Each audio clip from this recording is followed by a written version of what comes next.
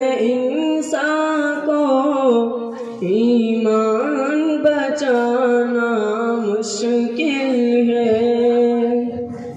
इस दौर फितन में इंसान को ईमान बचाना मुश्किल है। इस दौर फितन में इंसान को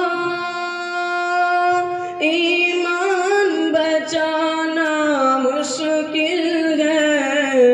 जो तौबा गुनाहों से न करे, कुछ बात बताना मुश्किल है।